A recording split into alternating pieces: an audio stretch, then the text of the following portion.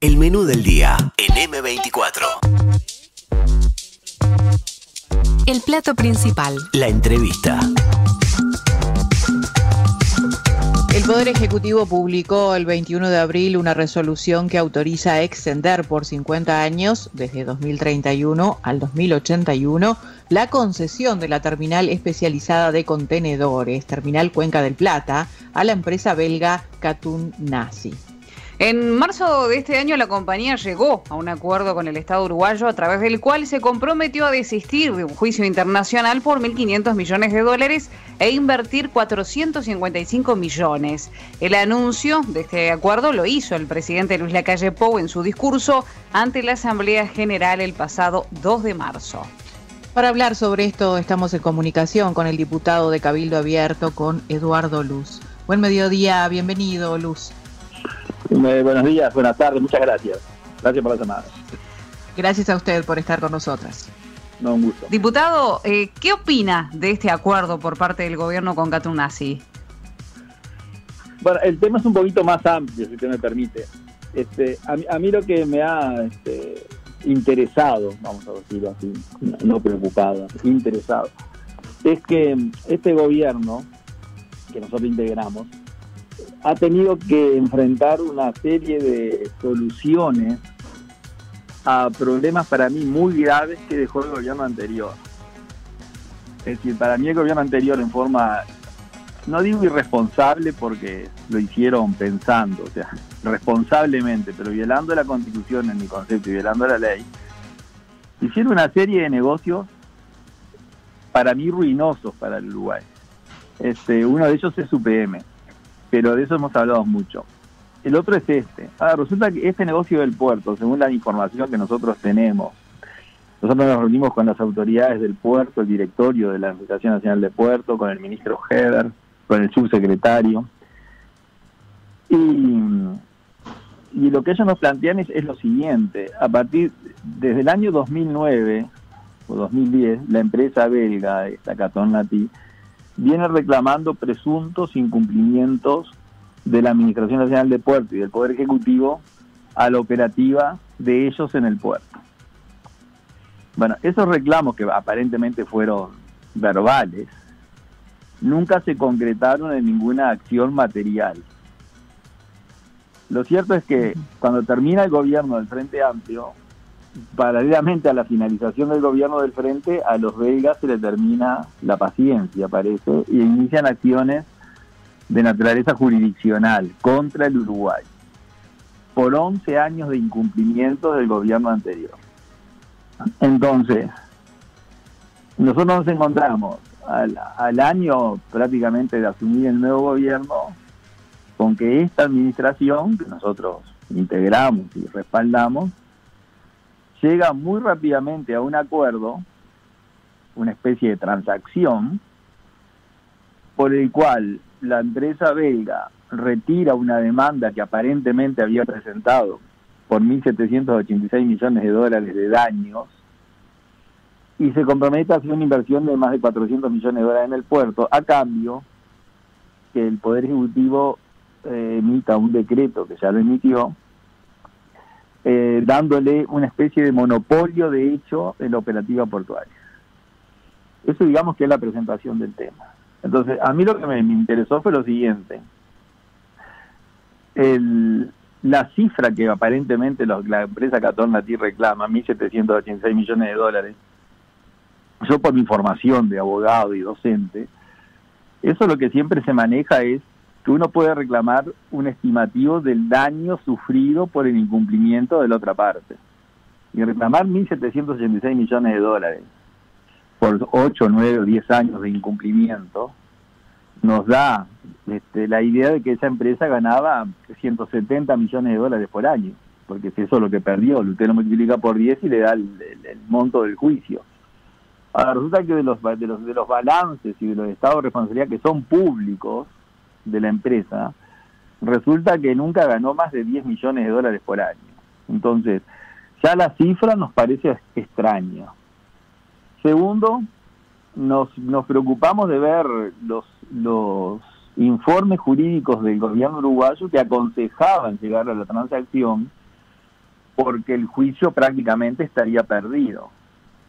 Bueno, resulta que esos informes jurídicos no existen.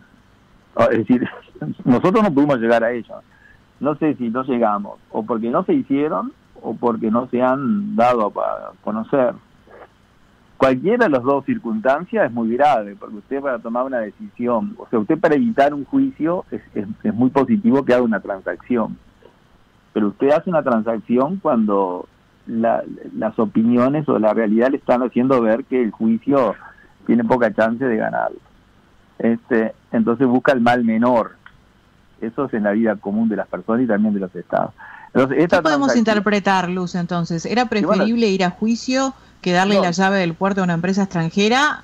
O sea, ¿fue un mal negocio o fue un buen negocio esta decisión que tomaron? No lo puedo decir ahora porque no tenemos la información, por eso yo estoy pidiendo información. Es decir, darle 50 años el puerto a una empresa extranjera, según lo que me he informado, parecería que es lo habitual. O sea, no sería descabellado, porque parece que las grandes empresas portuarias del planeta, con las grandes inversiones que realizan, si no tienen una concesión de muchos años, no la desquitan y por lo tanto estaría dentro de los, por más que suene raro que tengan el puerto hasta el 2081, el plazo tal vez no sería lo más grave. Acá lo grave son dos cosas. Primero, el famoso juicio ese que ellos presentaron, nadie lo conoce. Lo conocen los abogados de la empresa. Y claro, los abogados de la empresa van a decir todo lo que dice cualquier abogado, van a hacer ver todo lo que favorece a su cliente. O sea que los abogados de la empresa uno los tiene que escuchar con respeto y con atención y luego hacer uno su propio análisis. Bueno, eso nosotros no lo vimos. Los abogados de la empresa Vega han ofrecido reunirse, pero no han ofrecido darnos la demanda. Entonces, que nos cuenten algo, a mí no me alcanza. Y segundo... Ahora, diputado, da la sensación de que fue como un negocio a espaldas, ¿no? Porque los uruguayos y también a nivel parlamentario se enteraron cuando el presidente habló el pasado 2 de marzo. Claro. Bueno, eso es lo otro que yo le decía al principio. Los negocios a espaldas, o sea, digamos, no es algo nuevo en el Uruguay porque lo inauguró el Frente Amplio, que lo hizo muy mal, nosotros lo criticamos bastante.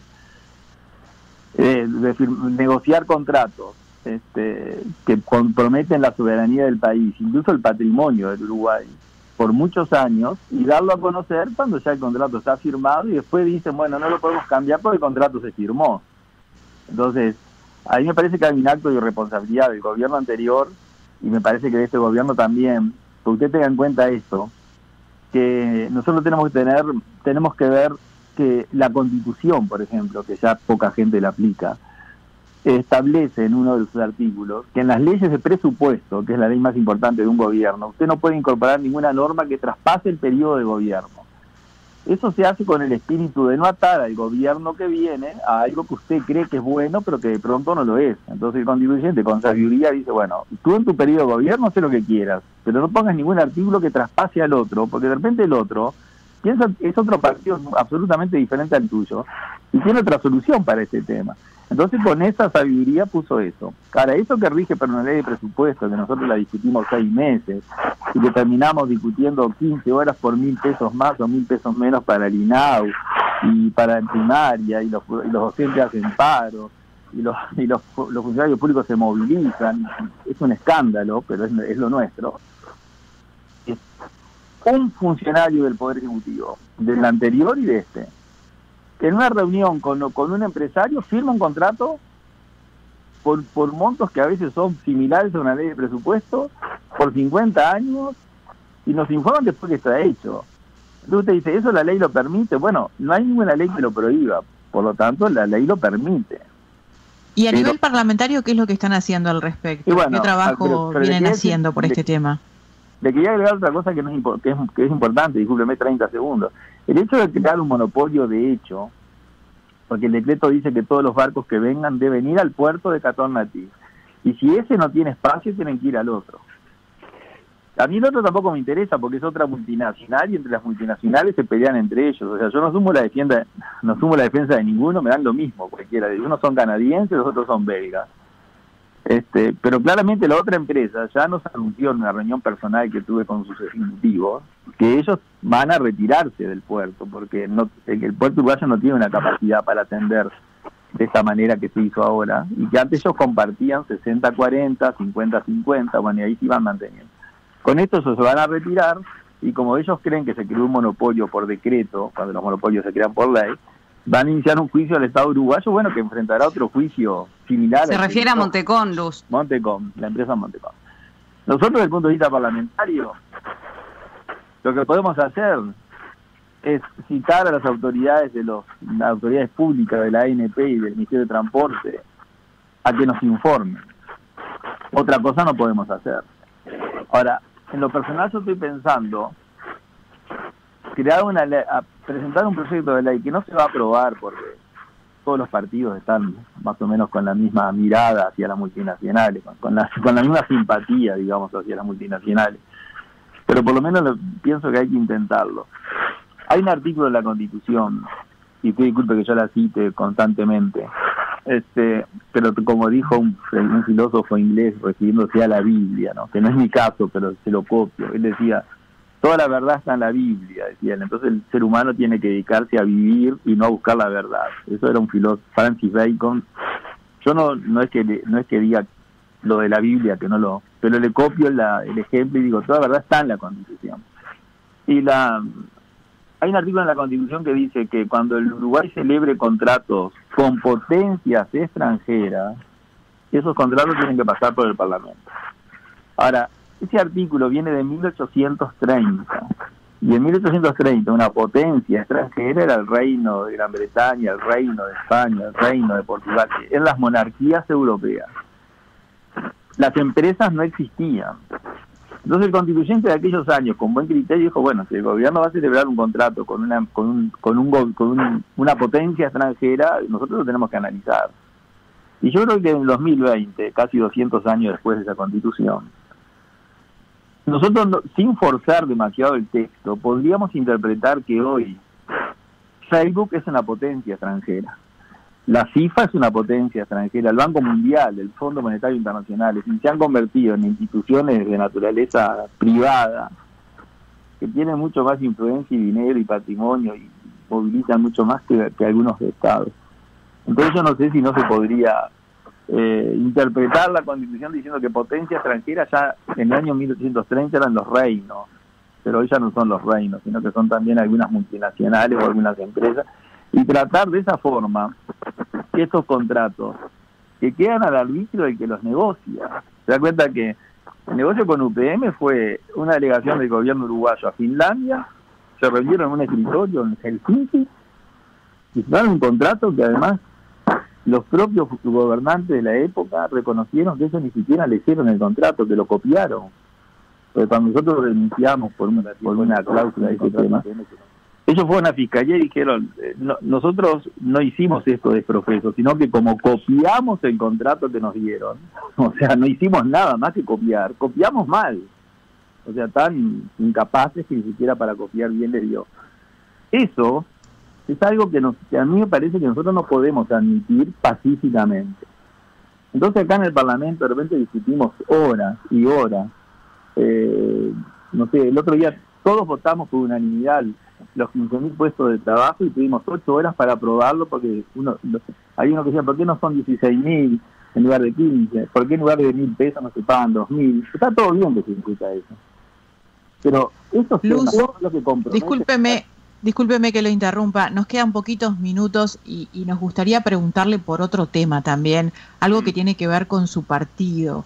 ¿Qué opinión le merece el mensaje de la ministra de Vivienda y Ordenamiento Territorial? Nos referimos a Irene Moreira, que a la presidenta de la URSEA le preguntó si pudo colocar a algún cabildante en ese organismo. Bueno, eso la verdad que no me merece ningún comentario, yo digo honestamente, porque como yo tengo un principio que digo que de la vida privada de las personas no hablo, ni siquiera de la mía. Pero esto no es vida privada, estamos hablando de una persona pública que se refiere a lo que se va a hacer con el dinero público también, ¿no? Bueno, pero yo le divido la respuesta, si me permite. Sí, claro. La ministra catalogó ese tema como una conversación de su vida privada. Entonces, en ese aspecto yo no tengo opinión, porque yo de la vida privada de la gente no me interesa. Ahora, el tema es otro. Cuando la vida privada de una persona tiene consecuencias en el gobierno. Por supuesto. En la función, ¿verdad? Claro. Bueno, eso que dijo la ministra, para mí tiene una cualidad muy importante, que a la ministra la critican porque dijo lo que sucede.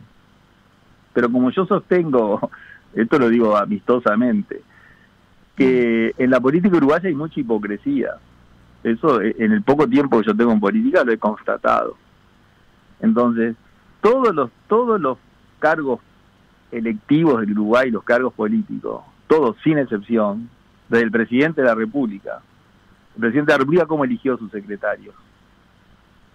No sé, lo eligió porque a gusto de él, de la gente de él. Me imagino que no hizo un llamado público.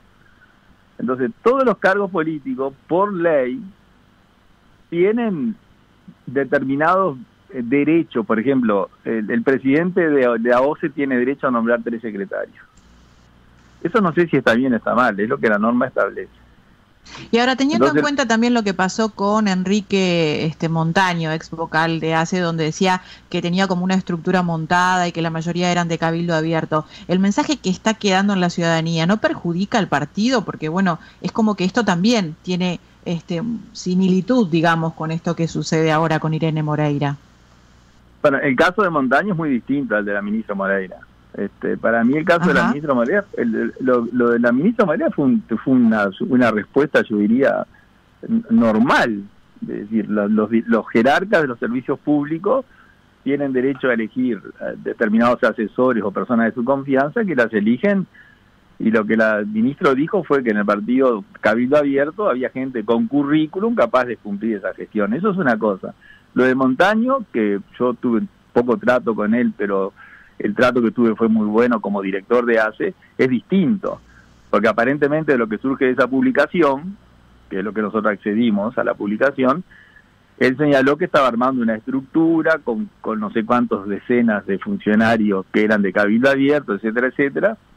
Bueno, eso sí, eso no se puede admitir, porque si usted utiliza la función pública para formar una estructura para su partido político con fines partidarios y electorales, eso en ningún orden es admisible. Colocar a dedo, lo que comúnmente llamamos colocar a dedo. Renunció. Perdón, le escuché la pregunta. Que es lo que comúnmente llamamos colocar a dedo, ¿no? Claro, que es lo que se hace en el Uruguay siempre. Desde que yo tengo memoria, los políticos colocan gente a dedo. Eso lo hicieron todos, lo que no quiere decir que esté bien, pero es lo que está siempre mal, ha sucedido. Sí. Mire, yo hace unos años atrás me iba a nombrar la intendencia, pero le digo en 30 segundos para que usted me entienda. Un intendente, el cual me honra con su amistad, me pidió que lo ayudara a hacer un estatuto para sus funcionarios públicos.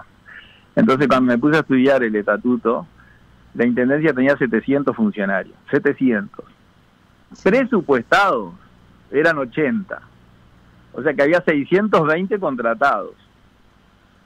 Esos 620 contratados juegan un poco al arbitrio del intendente.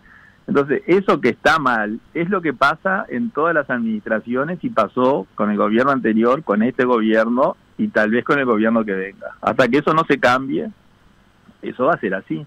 Pero esa es la realidad. No se puede ocultar el sol con una mano. Todos los dirigentes, mire la intendente de Montevideo.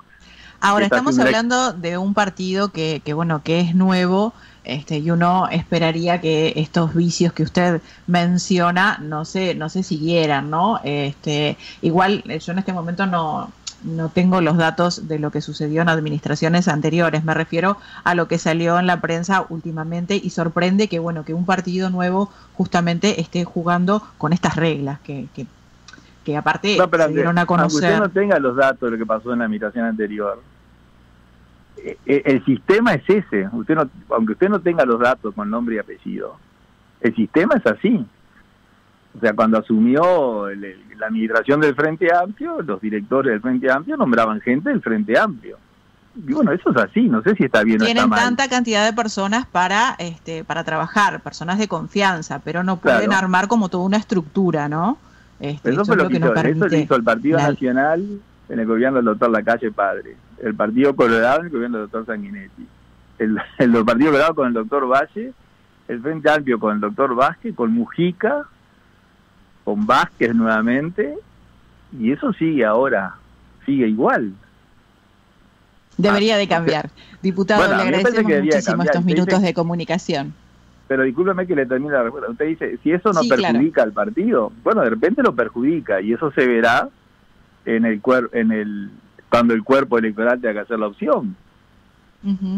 Ahí los partidos asumen las consecuencias de sus conductas, como asumimos todos. Pero a mí me parece que es algo que no es bueno, pero es lo que es históricamente se ha hecho así en el Uruguay. Diputado, muchísimas gracias por esta entrevista.